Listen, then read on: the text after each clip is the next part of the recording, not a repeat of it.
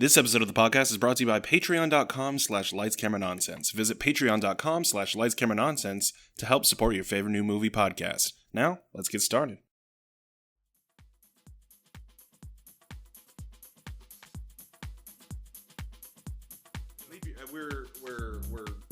We're not getting rid of a day, right? We're adding a day. Yeah. Sorry, leap year has always thrown it off for me. My brother was born on leap year, and he's 8 years old today. That's a bummer. That old fuck. So, yeah, I don't know. Hello, everyone, and welcome to Lights, Camera, Nonsense, where we give you all the latest movie news you may have missed. And among other things, we also do reviews. I really need to change this. I said this last podcast I was going to change it. You'll get there eventually. Yeah, I procrastinated for 2 weeks. It's my fault. I'm, shit. I had one on the way here. Oh, no. I'm Nick, double-jointed Pinkies Simmons. I'm doing it. It's good, yeah. It's a very visual thing. I'm sorry. It is, yeah. It's good for an audio podcast. It's gross. It's pretty disgusting. Yeah. And I'm Zach Smith. It's harder than you think. No, I had one, but then it was going to be worse if I actually said it correctly. So this week, I'm Zach Smith. Okay, good. Every 2 weeks we legally change our middle names, and we always forget what they are. So that's good. At least we're consistent. And on February 29th, leap year 2020. Let's roll into the preview. Zach, what have you been watching? Well, Nick, we had a theme that we were doing this week, so I watched 2 specific movies. And that was pretty much it. Yeah. So I'll get to those later and actually avoid the question and throw it back to you. Oh, son of a bitch! What did you watch? Every single time. No, okay. So I was pretty busy these last 2 weeks. Yes, you were out and about. So Coronavirus is not taking you away. It is not. No, if it ever gets to the movie theaters, we are fucked as a podcast. Well, they closed like 10,000 or whatever in China. All the movie theaters? Well, I guess that makes sense. Yeah, it's a gathering location for people to cough on each other. To the point where Mulan probably isn't going to hit that release date. Ooh, that's gonna be tough. Yeah. I think it's already gonna get hit with all the people that are negative towards the whole reasoning behind that film. Yeah. But it's not looking good for Mulan. I think it looks pretty fucking good, but that's just me. Actually, before we get into what I watched, boy, I kept seeing on social media how people were trying to explain how certain characters weren't in the film, like Eddie Murphy and Eddie Murphy, the dragon, Eddie actual Murphy. Eddie Murphy, yes, not being in it, and also the captain that Mulan kind of is. She's a trooper for. She's a soldier for. Yeah, I forgot his name. Casey.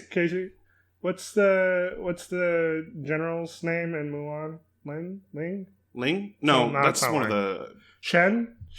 Fuck. Shang, that's it. Yeah. Okay. Yeah. It's hard to remember. There's a lot of characters in that movie. But the reason I bring him up is because... Li Zhang. Oh, okay. So yeah, was it? There we go. We got our person on the computer over there. Thank you. The reason I bring them up is because, every time we Google, I drop my phone in a very unfashionable way. I don't know. It's kind of like the best bit of the podcast. It's hard to edit out. It's very hard. It's like the Netflix. Anyway, the reason I bring him up is because people are saying this is why the bisexual icon Li Zhang isn't in the new Mulan movie. I was like, what? What does that have to do with his character in the original animated movie? Well, you could argue that he was attracted to Ping, who is a man. Oh, in his when he first knew Mulan, she was Ping. So he's attracted to him. It was a weird headline because, and this is a conversation that is definitely not garnered towards our audience or our genre of podcast, to be fair, but it just seemed weird to me to see that. I was like, I never really saw, maybe it was because I was a kid and I didn't really see that as a sexual attraction. Maybe he just... And to be fair, if... Not that... That's a problem with the animated version. That's not like something that actually happened, I don't think. No, That's a part of the actual history. No, but Mulan, I believe, is based off of a book? Yes. Okay. Which is, I believe, based off of actual historical context. Right. But I don't think there was like a subplot in history where the general of the army or the captain of the army was like, yeah, I might be into guys. I don't know. I don't think that would be a story element in the original text. I don't think it would probably be frowned upon. Anyway, enough about ancient Chinese history and its adaptations into Disney films. I watched a lot. I went and saw 3 movies in the last 2 weeks. Yes. And then I watched a lot of TV. From what I could see, they were varying degrees of quality. Yes. So actually, let me jump off of what we were just talking about. I went to go see the My Hero Academia second movie. Yes. Which takes place, and a lot of people are confused because they think it takes place at the end of season 4. But that one just finished, right? It is going to finish, I believe, this week. Actually, gotcha. The last episode. But it is wrapping up. Yes. But the villain in the second animated film is actually a villain that's introduced in like 2 story arcs from now. So he could actually, well, I don't think he will show up. Spoilers. Like in like season 6 is where he would have shown up. Gotcha. But I don't want to go too much into detail about the actual story itself because I know that the fans are really interested in seeing it. I thought it was really well done. I actually thought it was more enjoyable to watch than the first film, which just seemed like a side story. That's what I've heard. It's better quality than the first one. So, I mean, anybody who's watched an anime film knows that most of them are going to be non-canon. You need a second? We could take a second. Hold on, I need more coffee. Okay, we'll pause. He was trying to be like all sneaky about it and like lower the headphones and try to not make a noise when I can cut any of this out. This is a professional podcast. Is it a professional podcast? Professional. I could keep talking, but I don't want to. I want you to sit right here and take it all in.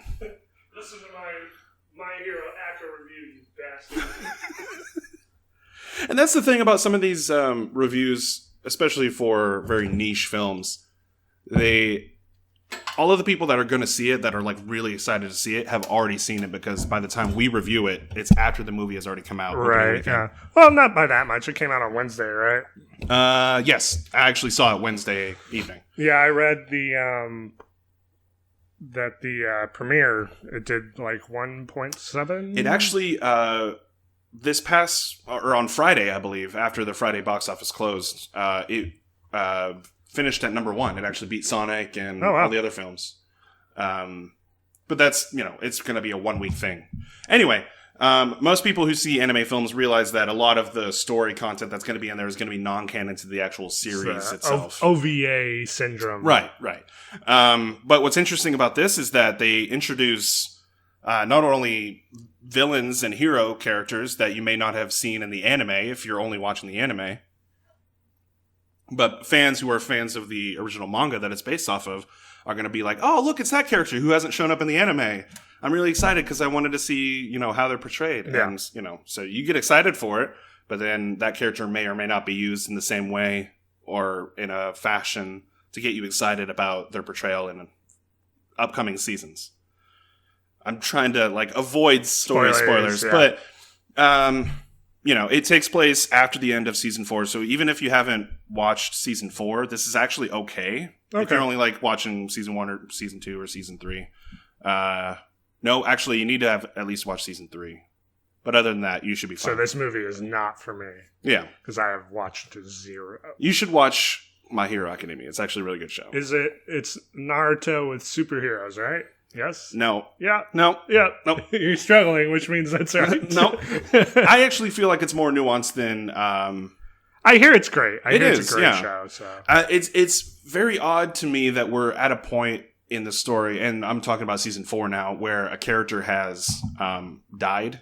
Oh, no. Especially in front of the main characters. And you're... I guess because I'm an adult man, I shouldn't feel as shocked, but... being a young fan and experiencing this in like season 4 of this anime, it's just, I don't know. It seems too little too late, but the story's starting to ramp up and it's starting to be more, if you're a Harry Potter fan, it's supposed to be like books 6 and 7 and where it's more dark and serious and things are happening. Do you feel like you having the kind of sense that a character death happening in a later season is too late? If that is due to like shows like Attack on Titan or Game of Thrones where people just fucking die. Well, and I know that those are two. I mean, they're different genres of films series. To be fair, yeah, but there's story structure can still cross genre lines. Sure, but to be fair, in My Hero Academia's case, the character itself was introduced in season 4, so it's not a character that's been around for a long time. Gotcha. But there have been long-lasting ramifications that have happened to characters in previous seasons that are leading up to bigger things happening as well. But I highly recommend the show if you haven't watched it. I wouldn't say that you should like get excited for the movie and therefore you have to watch the show or read the manga just to watch the movie, because while it's beautifully animated, and it's got some twists that I feel like they should have capitalized on. But again, you have to realize it's non-canon. Just enjoy the movie for what it is. Like, there's a final battle scene where I'm like, oh, flesh and light, oh, and it's a typical anime fight. And it's animated by Studio Bones. Oh, okay, yeah. So it's very flashy and a lot of things are happening in God mode kind of stuff. And then it just kind of stops and then you have an epilogue scene and you're like, wait, so when does this story take place? Why does this character not have this in the actual show, etc.? So it's just kind of fan service. Did you ever watch? I have 2 questions for you. Oh, no. One, did you ever watch any of the Inuyasha movies? I did, and that was before finishing the series. So the series didn't really end until like a decade after it. They stopped making the movies? Yeah. Well, yeah, that and like the show had its first run, right? And then it got canceled before, or I don't know if it got canceled, but it basically had a open-ended ending for that series. Right. And then later on, they were like, oh, well, maybe we should give this a more definitive ending. So like there was a gap of almost 10 years between when the first series ended and then it picked back up I think that when it picked back up, it was literally called the final arc or something like that, or Inuyasha, the final episodes. But those movies were a big problem for me when I was watching them, because I'd be like, wait, what power is this? Yeah. Like you suddenly have, because it's also taking into account like all the sub episodes that are like way ahead of the dub. Right. So there's like all these extra powers that they have and that kind of thing. It's the whole lining up, and I feel like people who don't watch anime, we've already lost like minutes ago. But that's why I don't like series that just, kind of stop, and I realize there's reasons for that, and then they kind of start up 10 years later. Yeah. I have to stop at that point. Like, I can't continue on. I'm not going to start over from the beginning. That's how I feel about a lot of shonen. And it's especially hard when those shows are like 300-400 episodes. Yeah, like Naruto, Inuyasha, Bleach. I tried rewatching. Yeah, so my second question is, did you ever watch the first Bleach movie, Memories of a Nobody, I believe it's called? No, I didn't. That is legitimately the most this does not count anime movie I have ever seen. So they just like threw everything at the wall? The movie ends, like there's this whole huge arc and character development for Ichigo, right? Yeah. And then the movie ends with the magical girl that he has become friends with, and possibly maybe more. Like there's some underlying feelings there, right? That they're unspoken. It's very Japanese. We're talking about Rikyo? No. This is completely new character for the movie. A new character. They completely make this new character up, and they have this whole connection thing. The movie ends with her literally fading from existence. Spoilers for a 20-year-old movie, I guess. Jeez. Nobody even remembers her. So it's like, there's convenient. There's the problem. All gone. It actually, spoilers for My Hero Academia Heroes Rising, which is the movie I'm talking about. Yeah. That exact thing happens. A character that is such literally such disappears. a cop-out, and it's fucking hilarious. And everybody's like, no, there's actually, no, not a character disappears. A power is created, and someone who shouldn't have that power has that power in order to stop the main villain. And then the power just kind of disappears, and that character forgets that they have that power. Hope you enjoyed this. It's never coming back up. This is why no one will mention it. The same thing happened at the end of the first My Hero Academia movie, where Midoriya has a special thing to help his powers become even more strong, or stronger, as people would say. Yeah, like Kanye West. English, yeah. Power. I was actually thinking of stronger, but both of those work. Yeah, both of them work. I hate Kanye. I lost my train of thought. Fucking Kanye. It's the bracelet. Damn it. The bracelet thing just kind of disappears, like he never uses it again, even though it's not destroyed in any way. Anyway. What's the next thing you watched? The next thing I watched, My Hero Academia, is pretty good. If you're a fan, you'll enjoy it. If you've never watched the show, you're going to be lost. The next 2 movies I watched are actually kind of in line with the main topic and what we kind of... Our theme. Yeah. Would you like... You need to get... I need a coaster. You need a coaster. It's like a rubber coaster. Yeah. We'll invest in it. No, it's it's too too far. far. Yeah, don't even bother. The next 2 movies I watched are kind of in line with the main topic, which is why we created it. Yep. Fantasy Island. Blumhouse, and so is The Invisible Man. So let me talk about them real quick. Fantasy Island. This was fucking weird. Seeing this trailer pop up and like fantasy. What? If you watch the whole trailer, you're like, okay, this seems like a typical horror thing. It looks like a lame version of Club Dread. You know what I mean? Yeah. With the Super Trooper guys. Yeah. I actually wanted to watch that after watching this. But you watch the whole trailer and then you're like, okay, this looks kind of whatever. And then you see the words Fantasy Island pop up for the title of the movie. Yeah. And you're so very confused. Like, because wait, what? With the plane? The plane. Yeah. That, oh, by the way, the whole... Yeah, that character name, Tattoo, in the original series, is explained in this movie in the worst way possible. Does he have a sick tattoo? He has a tattoo of the word tattoo. God damn. And you know who it is? It's Jin Yang from Silicon Valley. Humans were a mistake. Yeah. And he's like, oh, it's really dumb. And then Michael Pena's character, who is the main guy, he's like, welcome to Fantasy Island, Tattoo. And that's the last line of dialogue in the movie. And it's bad. You've got Lily Reinhart from Mr. Robot, who's great in that, and she's okay in this.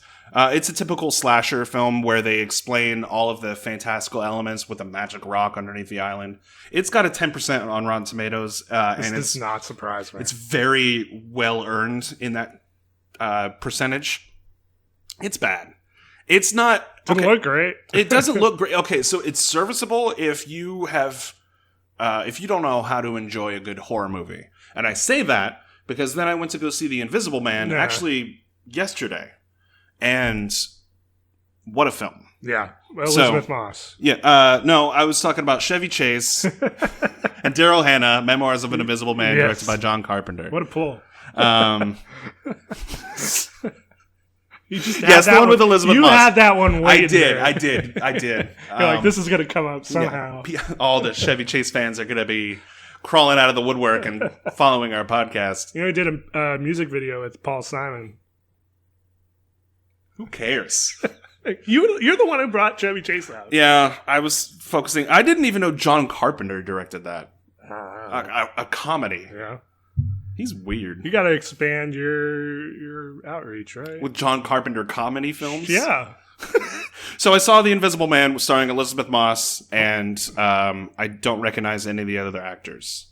So that's the thing. Directed by Leigh Whannell, who wrote Saw. He wrote Insidious. He directed Upgrade, which came out 2 years ago, which was a fantastic movie.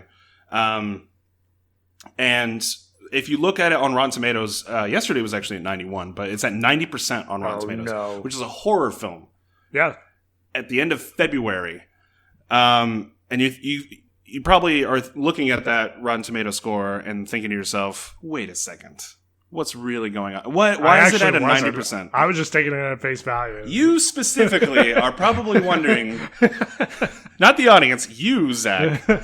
And you got to be wondering, like, okay, why are the critics giving this such a fresh score?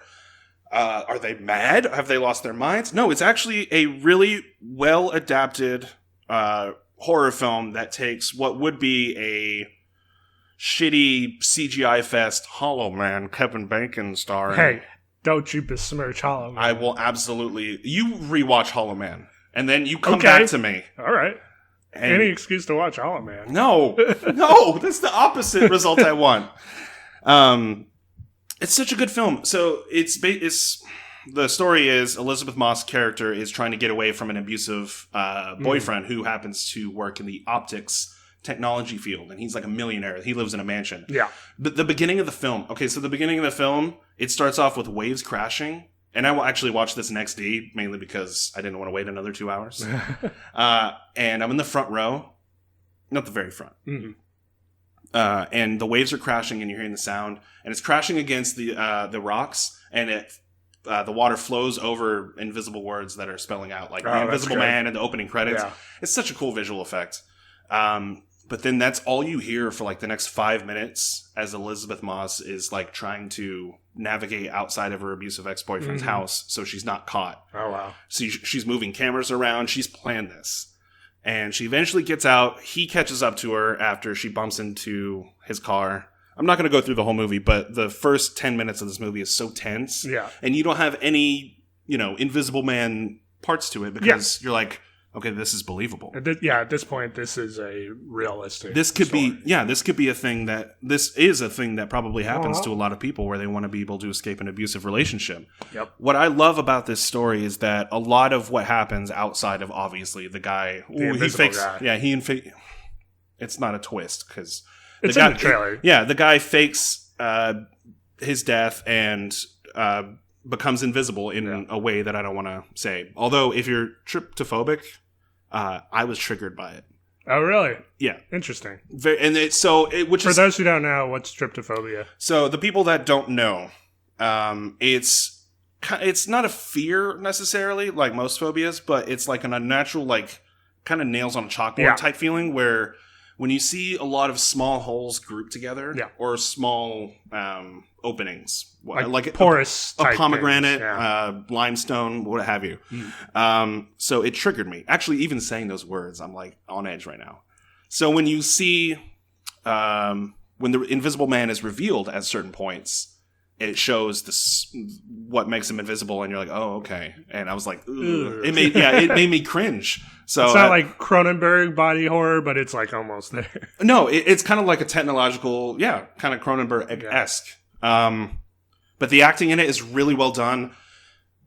Much like other Invisible Man type movies where you have floating objects when they're invisible, it looks a little cheesy at first, right? But then something absolutely horrific happens to a character that doesn't deserve anything horrific to happen to them.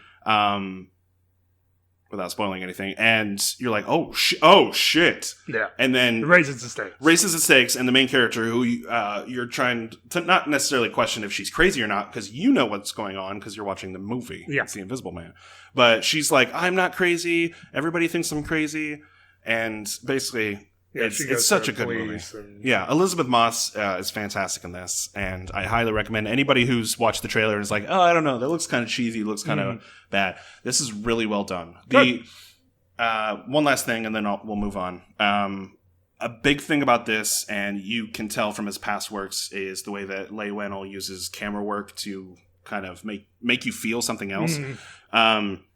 There will be whole scenes where it'll show Elizabeth Moss's character look at like a corner of the room because she thinks he's standing there. Yeah. And it'll show a shot of the corner of the room and it'll stay on it for a second. So you're like, is he there?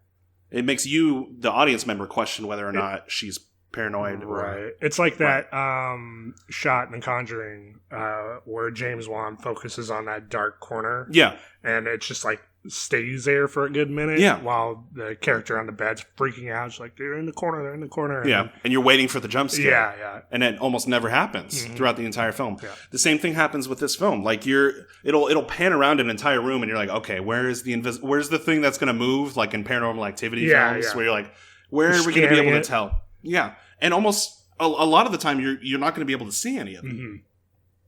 But it was brilliant. Unless someone wants you to see it. Unless they want you to see it. It's going to be deliberate. Yeah. So I thought it was really well filmed, really well acted, and I highly recommend people check it out. Nice. Yeah. So a really well done horror film that comes out in February.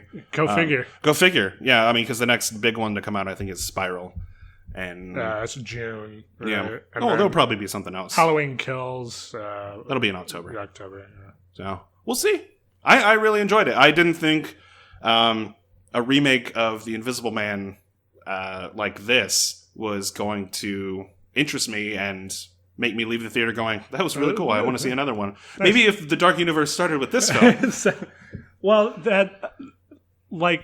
didn't they tweak this? Because they were going to do it, but I don't think this had, they're not using an old script or anything. No. This is it's all self-contained. Contained, yeah, basically.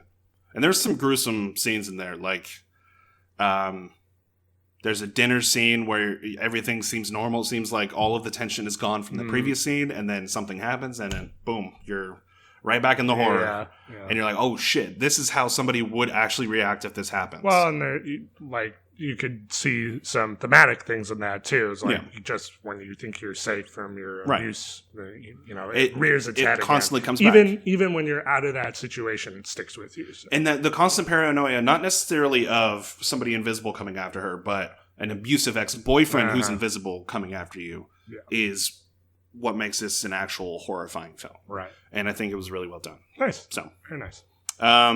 So kind of segueing into that, did you want to cover news first before we talk about your stuff, or do you want to go over the main? We can do theme next. I think that just because it kind of segues nice into it. The reason I watched those two films is because it made me curious with these two films specifically, and Blumhouse producing them. It seems like they were weird ways to cover the topic, or not the topic, but a version of an old media and remaking it to be something entirely different. Right. Like if you watch the original Invisible Man, obviously, yes, it is a horror film, but it's not about an abusive ex-boyfriend trying to chase the after guy's not nice. He's not. He's a bit of a dick. But... Yeah, he's a bit of a dick. Right. He's not a killer. Yeah. And Fantasy Island obviously is not a horror series. No. It was very much wish fulfillment. What I thought we would do is cover kind of not necessarily remakes and reboots specifically, but new versions of media that are covered in a different way. Obviously, like you came up with a list of different films. Yeah. There are quite a few out there, more than you would think, where they kind of get rid of, or at least transition away from what something was originally. Right, like even trying to modernize it in a way. Yeah, to the point, the first movie I watched was 21 Jump Street. Nice. So that is so much. The epitome of a movie taken from its time, and I don't know, maybe Fantasy Island is now, because... Yeah, I mean, even if you try to watch the original Fantasy Island, it's very dated. Yeah, but the way they took 21 Jump Street, that show was pretty serious. Yeah, it's played straight, and then they turned it into this goofy comedy R-rated shtick thing that's balls to the wall nonsense. And it's great. It's fantastic. I love it so much. Channing Tatum and Jonah Hill are great in it. Charming Taint Man. What is that from? That's Steve Carell saying that. I don't know. Charming Taint Man. I don't know. That's going to bother me. Look it up. Steve Carell, Charming Taint Man. No. Just Charming Taint Man. Roll the dice on that. Oh, no. That's Charlie Day and It's Always Sunny. Are you trying to say Charming Taint Man? Oh, okay. Hold on. Charming Taint. My Google history is fucked. Don't pretend it was gone. Yeah, It's Always Sunny, season 12, episode 7. There you go. Thank you, Google. You are welcome. We have ours in the bathroom if you want to go use it. That's a weird place to put it. Well, it's like where we get ready for the day. Music and stuff. Yeah. Oh. Weather. Yeah. So you watched 21 Jump Street? Yes. So funny. Yeah, it's so good. The writing, I believe, is done by Philip Lord and Christopher Miller, who did Lego Movie. Yeah. They we're going to do Solo. Star Wars. Yeah. They're really great writers, and I think they're really funny. They did the Vacation remake, which wasn't that good. I thought you liked that one. I thought it was okay. It wasn't as good as the original, but I think a lot of nostalgia gets in the way of that.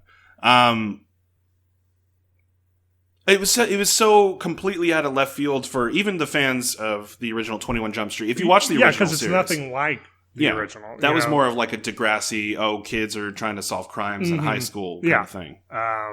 And then they have that Johnny Depp cameo in the movie, which is along with Peter DeLuise, I believe. Dom DeLuise's brother. Who was also in the original show. And also one of the cops that lends them the car, she was in the original 21 Jump Street as well. Really? Yeah. So they got a lot of cameos in the movie. If you haven't seen it yet, which honestly I would be surprised because I think at this point it's kind of like it's a cult. It's known that it's a good movie. I never saw the second one. Did you? I did. I would say it's like just barely not as good, but I think it's only because it's not original. Necessarily. Like it's still funny. It the still shock has great factor writing. is gone. Yeah, Ice Cube's still there. Charming Tank Man and Moneyball are still there, and I think it's still a good time. It's just it's a sequel to a great film that's always going to be in the. It's like it's more of the same. Yeah, it's Black Sheep to 21 Jump Street's Tommy Boy. Gotcha. So funny, but just not as good. But 21 Jump Street, that's a great movie. Yeah.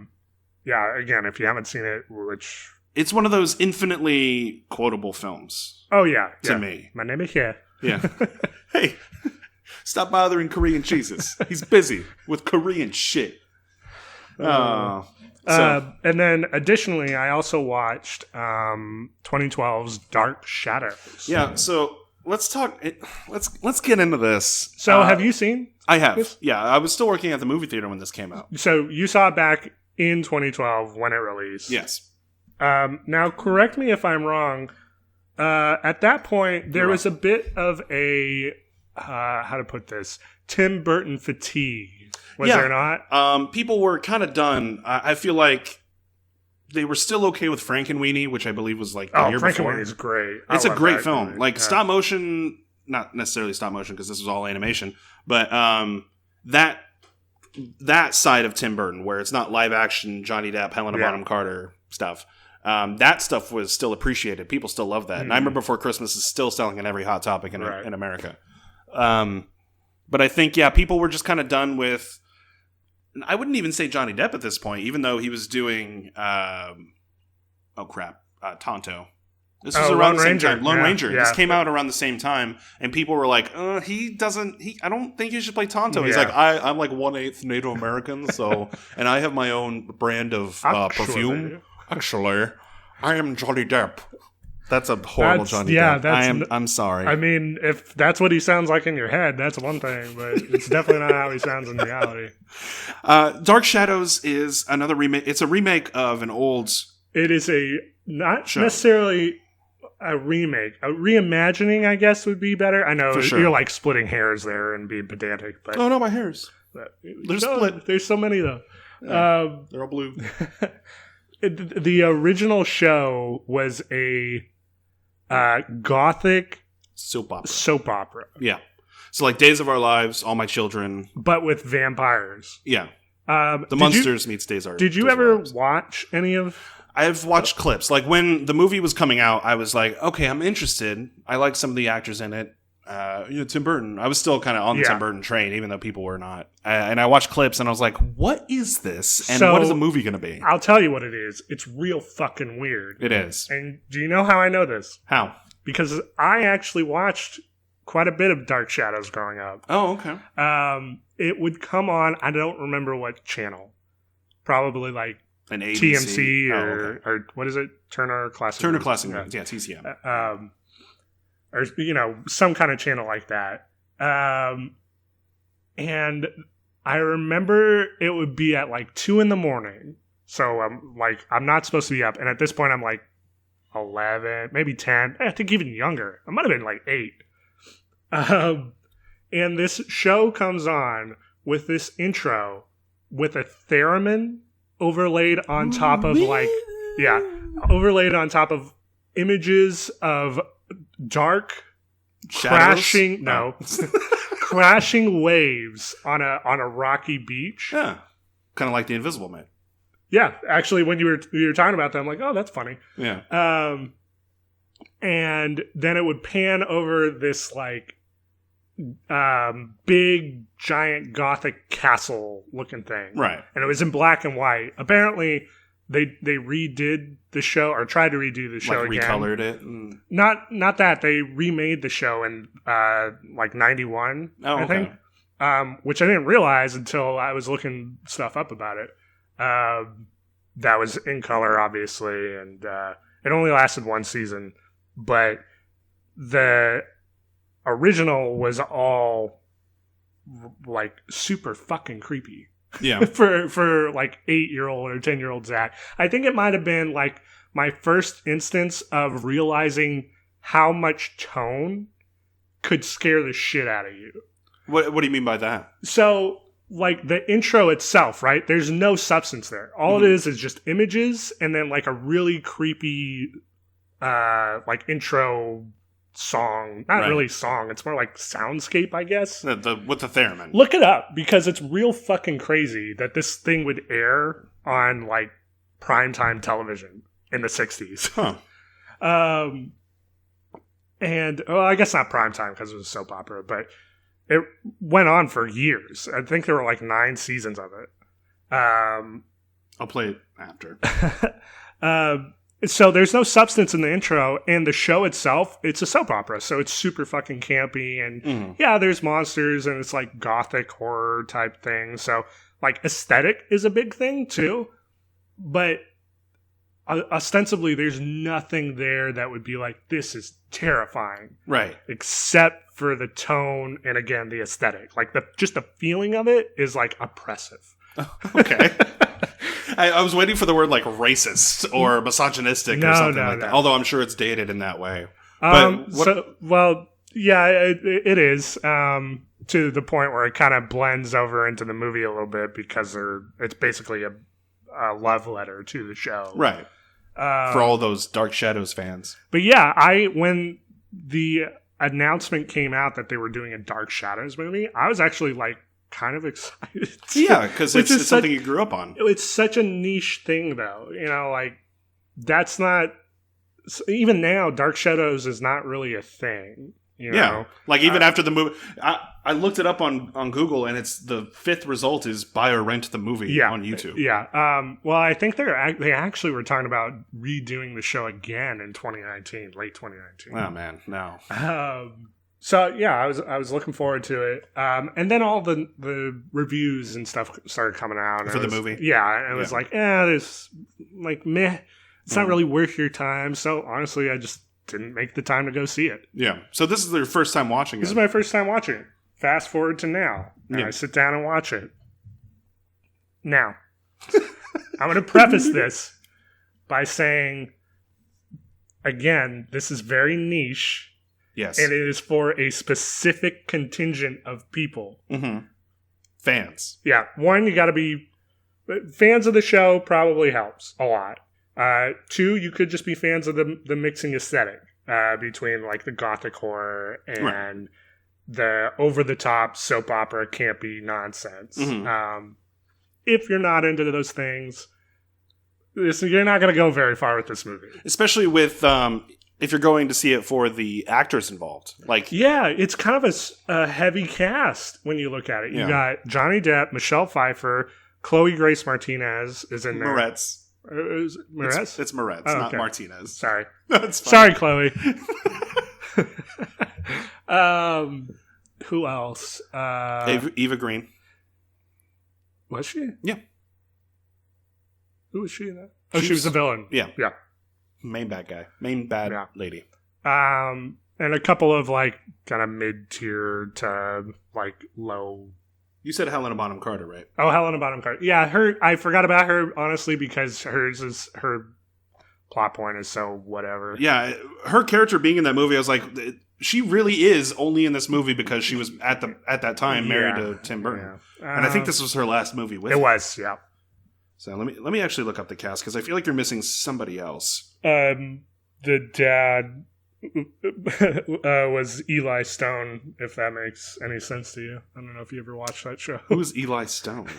It was a show about a lawyer who's kind of a dick, and anytime I think he got into a car wreck or something. Wait, Alice Cooper was in this? Yes, he has a small bit where he is literally playing himself. At the mansion for a concert. Oh, Johnny Lee Miller from Trainspotting. Oh yeah, and that's probably more. He was in Eli Stone. So this guy gets in a car accident and he hears George Michael songs whenever he's like contemplating a case. Okay. So like it's playing like Faith whenever he's like, I don't know how to do this case, and it's like I gotta have faith. Yeah. It only lasted for like a season and a half. Oh, good. Because that was your concept. Good. Yeah. It would be more exciting to watch if he like actually saw the ghost of George Michael. That's funny. You imagine that. Oh fuck! He does show up. Damn it! It wasn't a ghost at the time. Yeah, he was still alive. Yeah. Oops. Dark Shadows. So this film is kind of frustrating, actually, because I found myself actually really enjoying like the first 40 minutes or so. Right. So the whole premise is there's this guy named Barnabas Collins, and his family creates this town/mansion that the fishing business basically has allowed to flourish. Right. They're kind of the kings of the town. Barnabas, I guess, is kind of a playboy. It somewhat hints at that, but right. it's kind of not really there. Probably played better by a different actor. I actually think I'll get to it later, but just continue with the synopsis. Yeah. One of the servants that he's kind of hooking up with falls madly in love with him. Mm-hmm. She ends up being a witch, so she kills his parents with a curse. Naturally. Because she throws like a big stone gargoyle on top of him. Mm. And happens. Then when he falls in love with someone else, she makes at that point they're betrothed. She makes her throw herself off the nearby cliff. Right.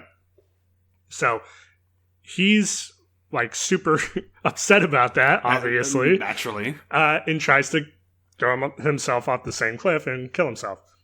Well, she has cursed him to be a vampire, so now he has to live forever. Oh, drats. But he still doesn't want to be with her, so she gets the rest of the town to kind of go get him. Yeah, like a Frankenstein type situation. Or a Dracula type thing, yeah. Oh, I guess, yeah. same thing. Man, a lot of mobs in so many old monster films. Those Universal monster films really love their mobs. Yeah, poor Wolfman. Yeah. Sad. His dad killed him. Oh, yeah.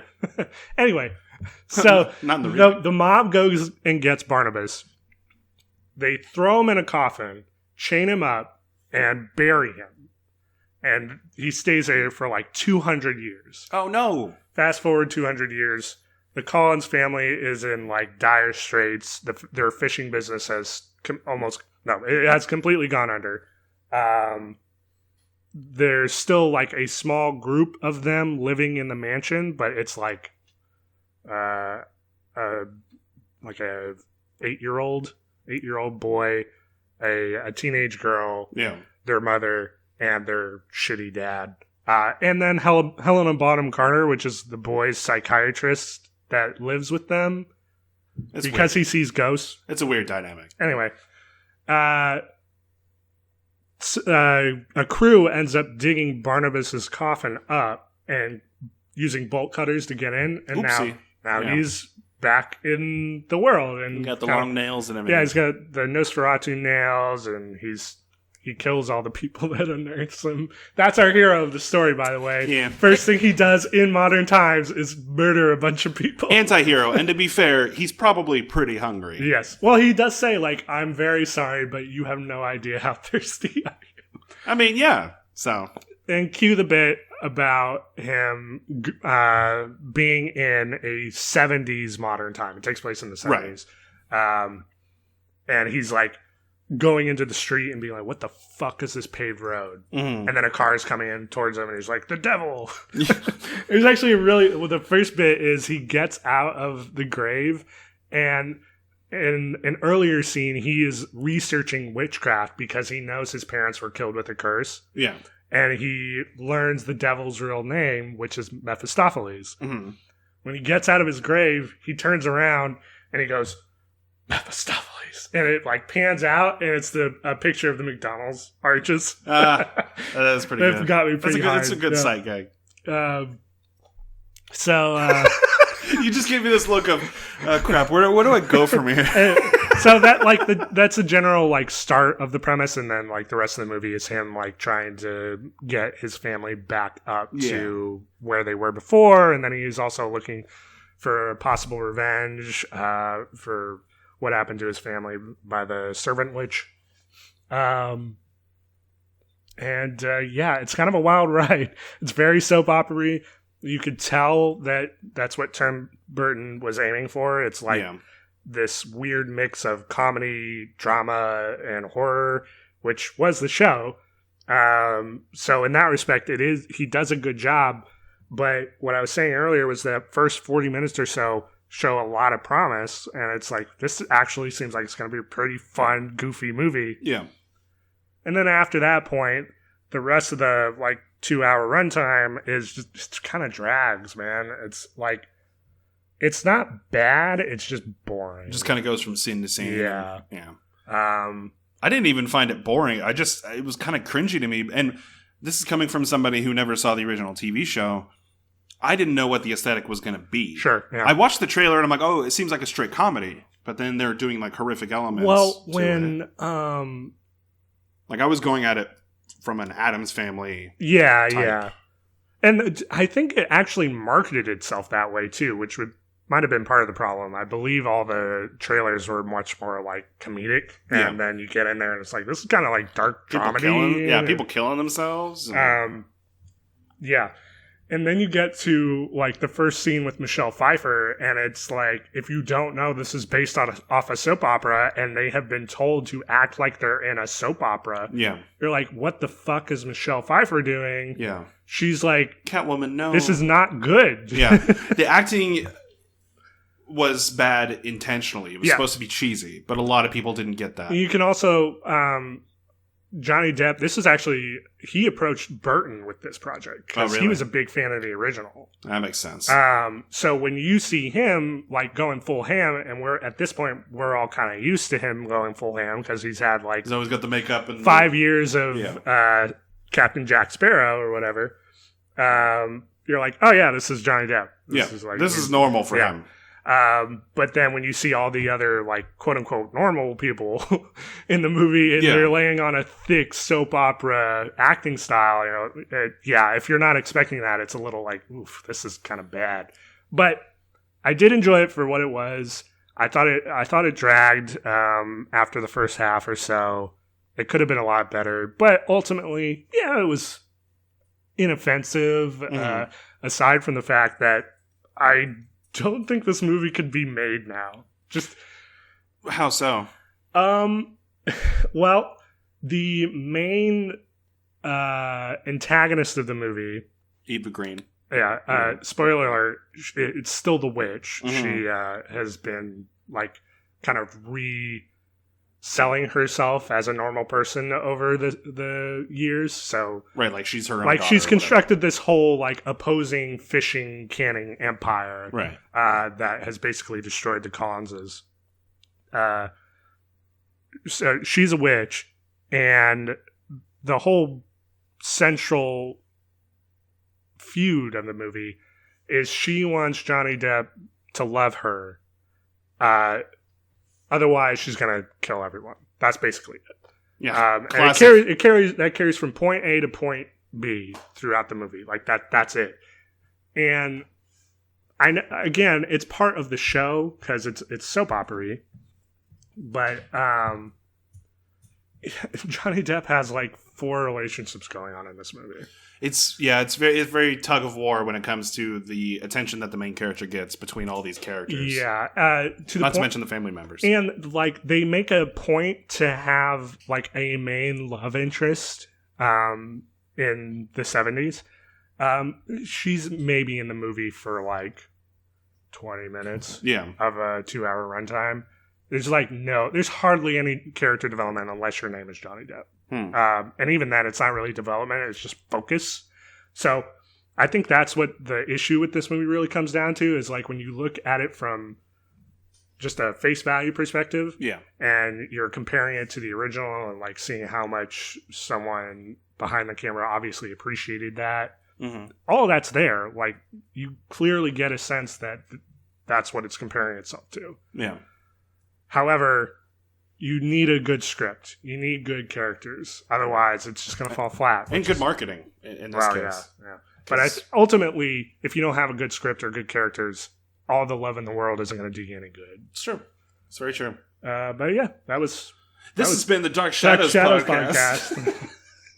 That's okay. I also forgot to mention that I saw Altered Carbon season 2. Oh yeah, you did watch that. That's my fault. That's okay. I literally finished it right before we were going to start recording. Look, if I can go on a 30-minute review of Dark Shadows and how it compares to the original 60s TV show that I watched at 2 a.m. when I was 8, you can make some flubs too. It's let me just say really quick, if you had never seen the original season of Altered Carbon, based off of the book series by Richard K. Morgan, it's a sci-fi cyberpunk series where people don't really exist in their bodies anymore. Their consciousness are put into little USB type discs called stacks, and your body is a sleeve. You can basically replace your body if you have enough money to pay for another one. Like, oh no, my husband blew up, but his stack survived, so I can put him in a new body. Now, set in the future. I was thinking of Westworld. I was saying, now correct me if I'm wrong. This is somewhat based off of Philip K. Dick's "Do Androids Dream of Electric Sheep," which eventually became Blade Runner, but that was Westworld. Yes, because Westworld was based off of it was based off of a story, but that I believe that was based off of Sheep. Oh, really? Yeah, I did not know that. I might be completely fucking wrong, though. Who knows? Well, a lot of sci-fi, especially nowadays, it's adaptations. And it's like, in a way, everything. He has his finger in every dot, which is funny. But Altered Carbon, season 1 follows the story of him trying to solve a murder while also trying to figure out what's happened in between him being a part of a revolution, trying to overthrow the galaxy government and all of that. And there's a lot of flashbacks and different bodies, but it's the same character. Second season literally released on the 27th a couple of days ago, and it follows the same character, but it's 30 years after the end of season 1. He's trying to find his main love interest from before season 1, and it's played by a different actor. The first season was played by he played Randall Flagg in Idris Elba Dark Tower. No. The Stand. No, not The Stand. Wait, what? Rick Flag from Suicide Squad. I'm sorry. Okay. Randall Flagg. You were right. You're right. That's my fault. I read way too much Stephen King. Rick Flag, there. The comic book character from Suicide Squad. Joel Kinnaman. Yeah. Was played Takeshi Kovacs, which is Kovac. Sorry, it's Dutch.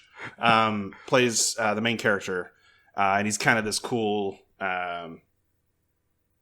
It's very film noir, like detective story, but it's a cyberpunk story. So you're like, oh, I'm getting Blade Runner vibes. That's intentional. Yeah. And the second season, he's played by Anthony Mackie from the Marvel Universe, Falcon, and it's less so a detective story and more of a. It's kind of hard to describe because it doesn't fit into a specific genre of like fiction. What's the structure like? The structure, he's trying to find his main love interest, Kelchrist Falconer, who was the leader of this rebellion, and she was kidnapped by Takeshi's sister before season 1, And that's a lot of backstory, man. The whole story spans literally hundreds and hundreds of years.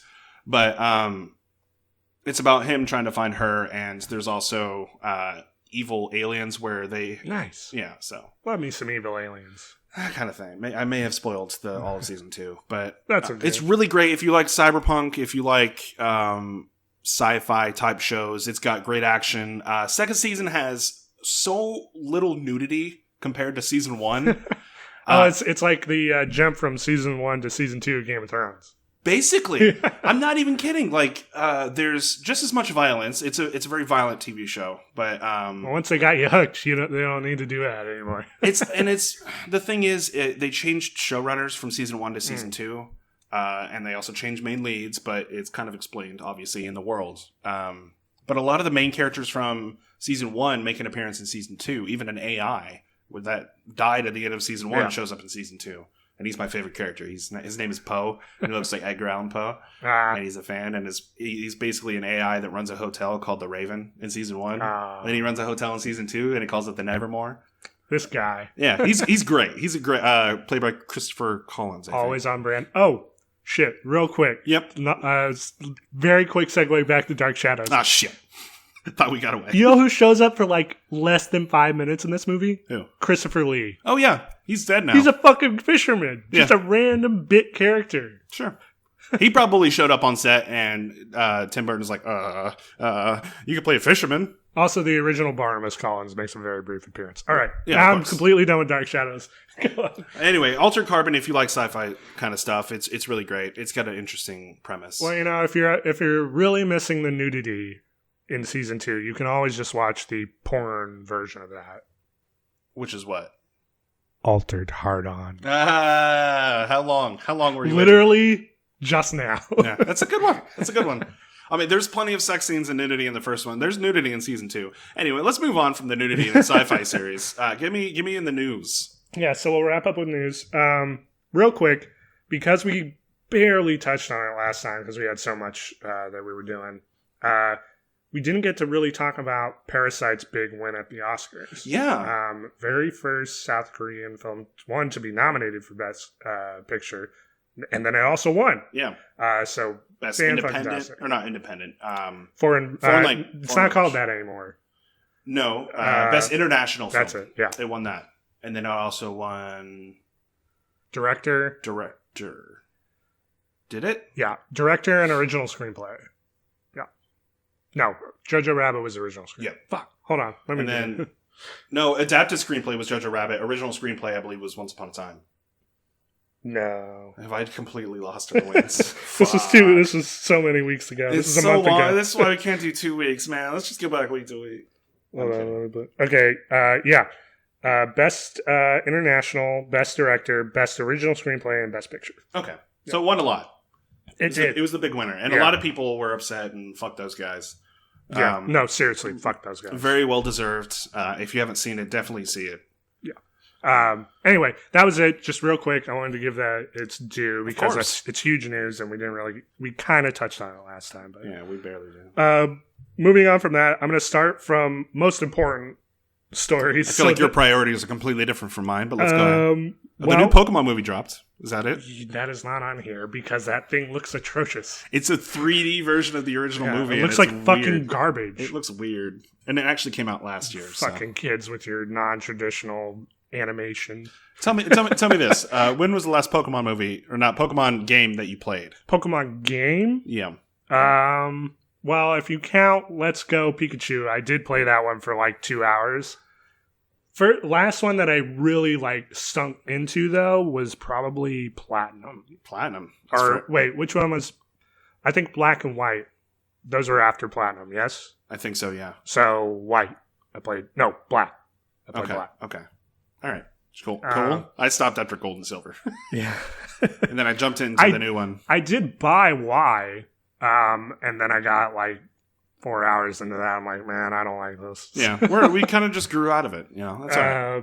Anyway. And the movies. News. Big news coming out of Disney. Effective immediately. Yeah. Bob Iger has stepped down as Disney CEO. Now, he is remaining on the team as executive vice president, I think. Executive chairman. He will remain in that role until December 31st. It's probably an empty 2021. title. It's an empty title.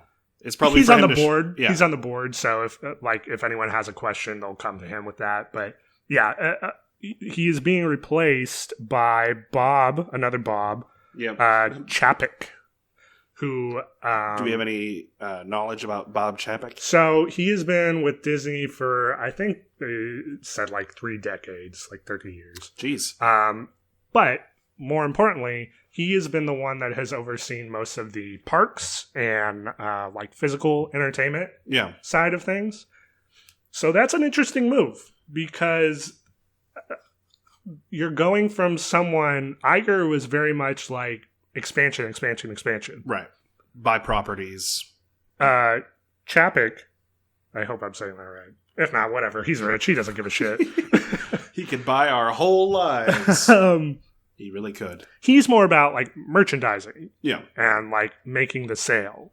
So that's kind of an interesting switch. I don't know how that. Now let's be real. It's not like Iger never thought I can make a quick buck off of this. Of course, yeah. I mean, he knew when he bought Star Wars that it was going to make them billions. He oversaw the acquisition of Lucasfilm, Marvel, and 20th Century Fox. Yeah.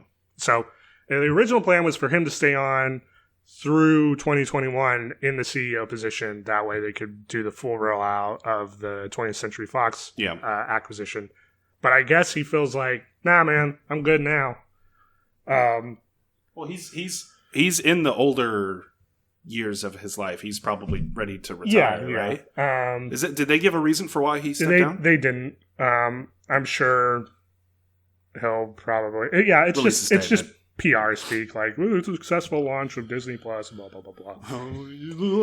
But yeah, interesting shakeup. You know, there is a definitive difference in ideologies in terms of how these two people do business. So it'll be interesting to see how we move forward from here. Hopefully, it's more of a focus on what they're doing. Hopefully, he doesn't shake up a lot of the things that they've already planned. Yeah. Oh no, I don't imagine they would, because he still has to answer to the rest of the board. Right. And the board is probably like, we've seen the most growth, the most revenue under Iger that we've ever seen. So let's stick with what we have right now. Let's at least make it through all his choices. Yeah. But you never know. Moving on. Steven Spielberg has left the Indiana Jones 5 project.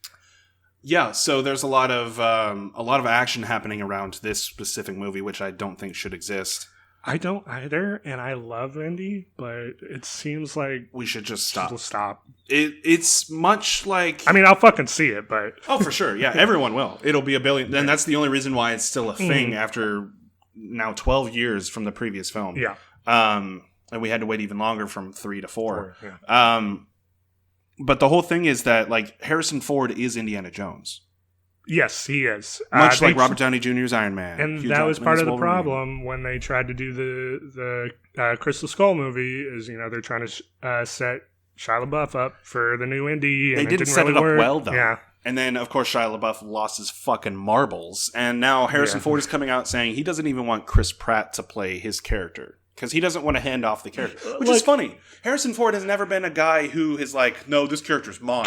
Can I be honest? I don't take anything that Harrison Ford says at face value. No, because he doesn't give a shit. He is such a crotchety old man. Yeah. And he's a fucking liar. Yeah. So. He's also a troll as well. Like when, I don't know if it was Jimmy Fallon or if it was Jimmy Kimmel. It's one of those Jimmys. So many of them. So many of those Jimmys. Just like all the Bobs. Yeah. Where somebody hands him like a big Lego Millennium Falcon, and he's like, "Oh, we made this for you," and then he grabs it and then like pretends to like drop it, and then it breaks into a million pieces. Yeah. He's like, "Oh!" He had a pretty similar interaction on, again, one of the Jimmy's shows, I think, where they were asking about Force Ghosts, and he's like, "What the fuck is a Force Ghost?" I don't care. Like he signed out of that series. Yeah. Forever ago. Even though he was just in the most give me my recent money, one. man. Like, that's all I care about. Anyway, I actually don't think Spielberg dropping out of Indy 5 is the big news. I think actually his replacement is more interesting. James Mangold, who directed Logan. And Ford v Ferrari. Yes, most recently. One of those I actually saw, so I'm going to go with Logan. You might enjoy Ford v Ferrari for a nice, relaxing. Yeah, it's a nice film. Anyway, he's a good director. He's a very consistent director. If you look at all of his films, he's consistent. Yeah. I don't know what you want me to say. And then piggybacking off of that, we actually also have some news coming out of the Mandalorian season 2 possible directors. Ooh, I don't know this. So James Mangold Cool. is also said to be returning for. It doesn't specify whether or not it's specific sequences or episodes, which I think is interesting. So he's been mentioned, and Robert Rodriguez has also been mentioned. Very interesting. Yeah. Austin's own. And then Bryce Dallas Howard is also going to return. Who directed, I think, episode 4. Episode 4, yeah. I think she was a brilliant director because I really did. I don't think she had any previous directing experience before that. Like I know episodes of stuff, but probably not a. Let me look. I'm almost positive she did, but like a feature or a a feature. I think she did a movie. I know that I think she directed a Black Mirror episode. No. No. Oh, okay. Actually, you're more right than I am. So it was like it's a lot of shorts, or there's a documentary on here. So, but she's had past experience with directing. Obviously, they weren't just going to hand her the reins with having no experience. Yeah. So, Bryce Dallas Howard has had directing experience, but I thought she had done a movie, but I guess not. Huh. Anyway, moving on from that. Sorry, I had to put down my notes to get my dog. The full title of Jurassic World 3 has been revealed. Oh. Did you see this? No, I haven't. The title is Jurassic World Dominion. So I know that they're going to continue on with the plot thread of Fallen Kingdom. Mm-hmm. So we're going full Lost World on this. Dinosaur-esque type. Yeah, post-apocalyptic dinosaur world. Yeah. I mean, that's cool. I'm interested in the premise. It's just I'm kind of... I have not liked the last 2 Jurassic World movies. Well, the first one was fine. This one's got Sam Neill. It's got everyone from the original Jurassic Park in this. Except for Wayne Knight. He's dead. His character. Everyone they could get is back. I guess with bigger roles. I hope that's a thing. I actually have more important stories. I just saw that one first, so I was like, "Oh God, dead air." Sorry, go ahead. No, I was going to say, did you see the posters for the Monster Hunter movie? I didn't see the poster, but I saw the set shots, and I fucking hate my life. It looks like a Mad Max type. Yeah. It's Paul W.S. Anderson. You know what it actually looks like? It looks like Mila Jovovich's character from Resident Evil. Yeah. Literally walking right next to one of the big characters from Monster Hunter. Yeah. And that's it. There's no monster. It looks exactly like it takes place after the final Resident Evil movie. Remember, if you watched our previous iteration of the show, I watched all the Resident Evil movies. You fucking madman. It was horrendous, but also great. In the last movie, everything is post-apocalyptic. It's all desert and shit anyway. So it could be like she just walked from one set to the next. But I'm interested. I love Tony Jaa. I just want Tony Jaa to... And he's been in past Hollywood movies, but I want him to break out into something big. Do you remember that... I can't remember if it was for this movie or if it was for Rogue One. It was that, I think it was actually IGN. They posted a story that was like, no, it had to have been after Rogue One. The headline was Star Wars, person who plays character in Star Wars Rogue One to be in Monster Hunter or something like that. It's like, Tony Jaa's like he's a real person. He's also like a super accomplished actor outside of that. Yeah, in Thailand, he's huge. He's basically the Jackie Chan of Thailand. And he wasn't even in Rogue One. Yeah, it was. No, he wasn't. He was in Force Awakens. Oh no, he was in Force Awakens. Sorry, that must have been it. Yeah. He was in He was one of the guys that gets eaten by the giant blob guys. What a bit part. Anyway, moving on to more news. You're familiar with CBS All Access, yes? I am aware of it. Well, apparently, it's Shutting down. kind of. Oh. So Viacom and CBS, they had their big merger. Right. So apparently they're preparing to launch a bigger streaming service as an expansion to CBS All Access called the House of Brands. That is the worst title of a streaming service. I'm sorry, I'm just baffled by it. That is a PR person who needs to be fired. How do you not see? There's a literal thing on Twitter that is silence brand. Yeah. You're naming what the fuck? Who? What? I'm baffled. I guarantee you, it's probably gonna. I can't guarantee you. I just really hope that they give that another shot. Yeah, they won't. They're sticking with it because it's all part of marketing, right?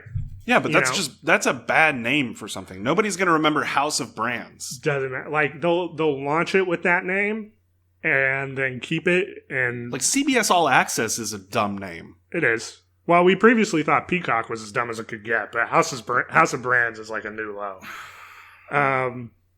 But I guess it's better than another plus at the end of something. I would take Plus or Max or I guess that's really all that they've done with the other ones. Disney Plus, HBO Max, with Netflix, Hulu. What is is it Hulu Plus? Is the what's the live? Hulu Live, I think is. No, but I mean like the premium version of it. Is it Hulu Premium, I guess? Ad free. Ad free? That's dumb. They're all dumb, all right? Anyway, so this House of Brands streaming service is going to include things from both sides of the merger, so CBS and Viacom, Nickelodeon, cool. MTV, Comedy Central, which is interesting because I think Comedy Central actually has its own streaming thing. It does, and then... It doesn't, because nobody uses it. It's all on YouTube anyway. Paramount will also be in there. So, yeah, more streaming stuff with, the worst name House possible. of Brands. House of Brands. The house Calling that has brands. Even if you shorten it, HOB, like Hob. If you call it Hob, people will sign up for Hob. Yeah, but that's basically HBO. And I almost love it, actually, now that I'm thinking exactly. about it. I want Hob. Because people would sign up for Hob thinking it's HBO.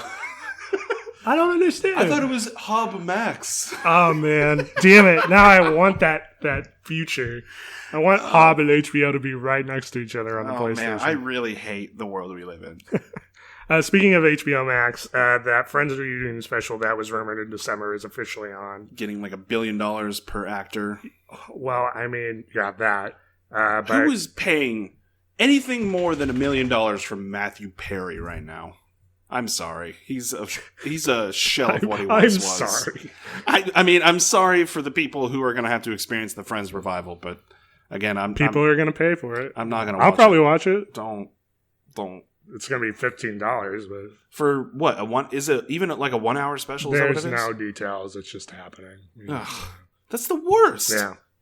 I'm not paying money for something that I don't know anything about. Well, you'll learn. You'll learn. You'll grow up. Eli Roth is said to be directing the new Borderlands movie, or a Borderlands movie. Yeah, because that's been in the works for a long, long time. Has it? Yeah, rumors and pre-production's just falling apart, but I can't really think of. It's just Mad Max. I can't really. Yeah, it is. I can't really think of a project that I'm actually less interested in. Monster Hunter. Oh yeah, that's how little I'm interested in that. I completely forgot about it. Literal minutes. And the thing is, like, it's funny that we have now. I would say successful. Sorry. I would say that now we have successful Hollywood adaptations of video games with Detective Pikachu and Sonic the Hedgehog. Like, Sonic the Hedgehog is, I think, the highest grossing video game movie as of right now. Past Detective Pikachu. Which is insane. Yeah. I mean, it's not as highly rated as Detective Pikachu, but I think there's a bigger fan base. Probably. Well, I don't know, bigger fan base, but I think you got... Critically wise. Well, and what I don't want to presume, but you have Detective Pikachu, which was, by all accounts, a decent video game movie. Yeah. Yeah, people who saw that and liked it So now the stigma, as you're saying, of video game movies is maybe dwindling a little bit. Or at least being shaken up. And then you also have the added factor of people kind of want to see if this new Sonic movie is a train wreck. Yeah. Which then it comes out that it's actually pretty okay. It's okay.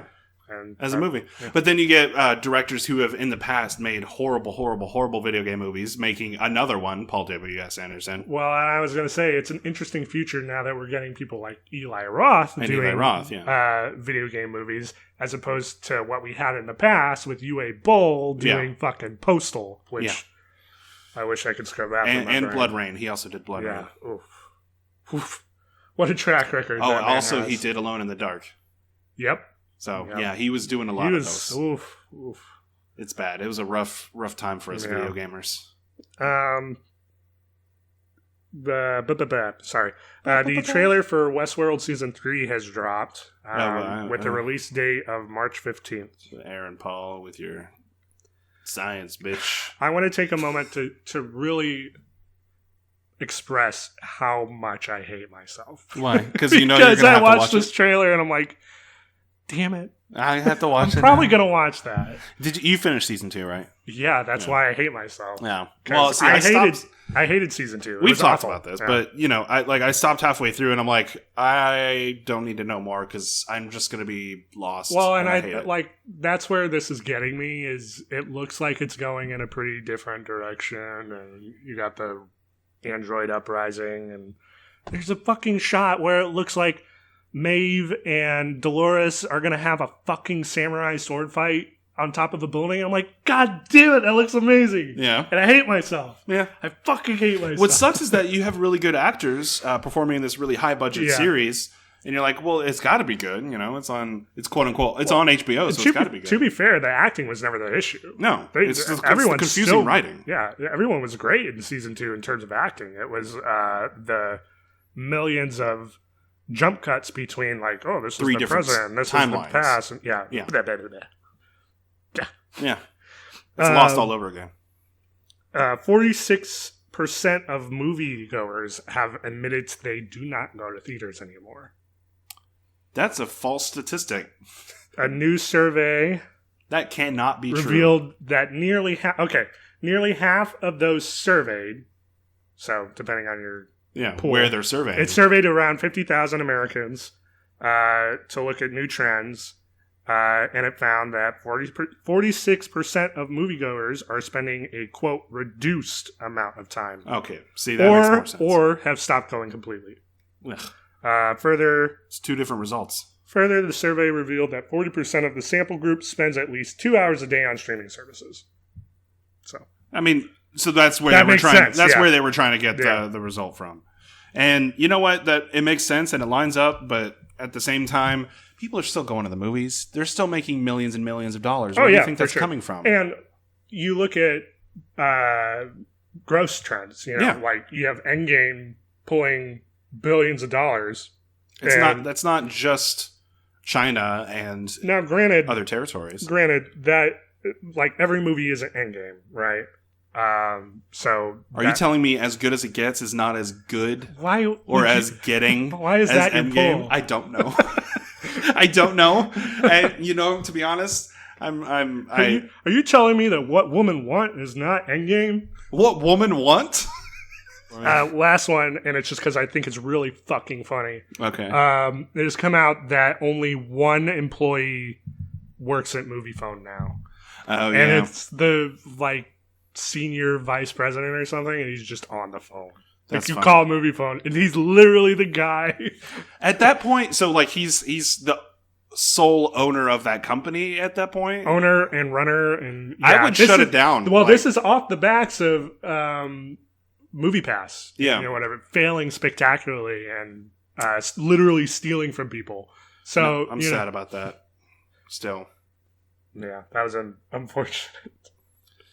At that point, if I was that guy, I would just quit, take a quick vacation and then get a job at Netflix. Or Fandango, that's sad. It is sad, but at that point, when you're the only guy in the company, you're the guy showing up at 9:00 sharp for the morning meeting, and you realize you're the only guy in that building. In this scenario, you're assuming there is an office to go to? Fuck you, man. This guy's in his living room 24/7. Sure. The movie phone number is his cell phone. Yeah. Now I'm super sad. I don't know why you don't want to end on this. I think it's hilarious. It's really... I guess Schadenfreude is a real thing. Yeah, for sure. For you. Yeah. I did finish Lock and Key. Oh yeah, how was that? That was all right. There's specific parts, and we're wrapping up, I promise. There's specific parts where the main villain is straight up murdering people, and then it'll cut to kids like trying to solve a mystery, like a little fun little mystery. So you get whiplash of horror, and at the same time, it leaves you with like a feeling of emptiness when it could have been a cool either horrifying TV series or missed potential, basically. So it's okay, and it teases you for another season. I'm like, I don't know if I'll go to another one. I said I was done with Dark Shadows. They actually set the movie up for a sequel. Oh yeah, which did not happen. No, because the first film came out in 2012. So yeah, that was funny. Was it? It was. It's like, oh shit, really? A sequel? I actually read an interview after I watched it, where Tim Burton is trying to explain that it wasn't actually setting up a sequel. This is after it's failed. This is it. Yeah, this is him covering his ass. Where it's like, no. We did that because that's like the soap opera like structure. Yeah. You know, like it's all dramatic. And it never ends. You end on a cliffhanger. Exactly. I mean, like, All My Children is still going on. I don't know, man. I feel like when Warner Brothers bought this, they were probably hoping for more than one movie. But fuck me. Probably. Yeah, Warner Brothers is... Make everything a franchise. Dying. Do you have anything else to add? Nothing about Dark Shadows. Okay, good. I can't promise that I won't come next episode. Don't. I swear to God, bring it up again. Watch the show's intro. And you can look it up on YouTube. Put yourself into the shoes of an 8-year-old child that is up way too late. Named Tim Burton. Not. Oh no, Johnny Depp. Named Zach Bubba Smith. There you go. If the listeners wanted to contact us and tell us how much they hated your review of Dark Shadows, it was the whole podcast. Fuck you, it was. You had like the first that's not my fault. Of it. That's not my fault. You deferred to me. Look, deferred to me. We had basically the same length. I just chose to talk about one movie for my entire allotted time, and you chose to talk about 5. Yeah, that's not my fault. That's good time management. Look, I am the sniper. You're the shotgun guy. How would people contact us? What does that even mean? Like I pinpoint, and you like blast spray. I hate this. I hate this into you. How would people contact us? They can email us at lightscameranonsense@gmail.com. So that's a Gmail. That's a Gmail. Why Gmail? Not a Hotmail. Not a... With potential. Not a Yahoo Mail. Not a... I think it's just Yahoo. Not a AOL.com. Yeah. Not a... What's another one? I don't know. Not a... Like Bob's. Lycos? No, that was just a search. Not a Bob's email Disney service. LightsCameraNonsense@gmail.com. To give us your questions, comments, and concerns about all your enjoyment of the podcast. I swear we will not talk about Dark Shadows again. You want to bet? Yeah. But this has been Lights Camera Nonsense, keeping you updated despite our best efforts. Make sure to tune in every 2 weeks for all the latest news, reviews, and how do you do's. I had to pause there for a second. Of course, yeah. Thanks for tuning in, and we will see you next time. Bye.